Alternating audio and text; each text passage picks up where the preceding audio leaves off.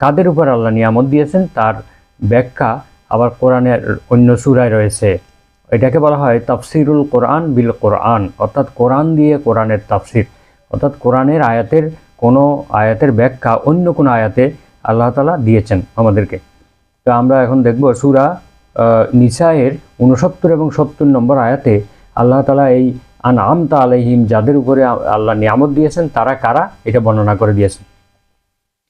বিসমিল্লাহির রহমানির রহিম। ومن يطع الله والرسول فأولئك مع الذين أنعم الله عليهم من النبيين والصديقين والشهداء والصالحين। আল্লাহ তাআলা বলছেন যে কারা আল্লাহর নিয়ামতপ্রাপ্ত দল, যারা আল্লাহর অনুসরণ করে এবং আল্লাহর রাসূলের অনুসরণ করে, তারাই হচ্ছে সেই সকল লোক তারা যাদের উপরে আল্লাহ তাআলা অসীম নিয়ামত দান করেছেন। আর এই অনুসরণকারী লোকেরা কারা? মিনান নবিয়িনা, তারা হচ্ছে নবীগণ, ওয়াস সিদ্দিকিন, সত্যবাদীগণ, ওয়াস শুহাদাই, আল্লাহর পথে জীবন দানকারী শহীদগণ, ওয়াস সালিহিন, আল্লাহর প্রিয় নেককার বান্দাগণ। এই চার শ্রেণীর মানুষ হচ্ছে আনআমতা আলাইহিম, অর্থাৎ যাদের উপরে আল্লাহ নিয়ামত দিয়েছেন। এইখানে আয়াতে ব্যাখ্যায় এই আয়াতে বলা হয়েছে আনআমাল্লাহু আলাইহিম, আল্লাযীনা আনআমাল্লাহু আলাইহিম, যাদের উপরে আল্লাহ নিয়ামত দিয়েছেন। তাহলে ওই আয়াতে বলা হয়েছে, প্রার্থনা করা হয়েছে, বান্দা এভাবে প্রার্থনা করেছে যে আপনি তাদের পথে চালান যাদের উপরে আপনি নিয়ামত দিয়েছেন। আবার এই নিয়ামতপ্রাপ্ত লোকেরা কারা, সেটাও আল্লাহ তাআলা সূরা নিসার এই আয়াত দুটিতে বর্ণনা করেছেন।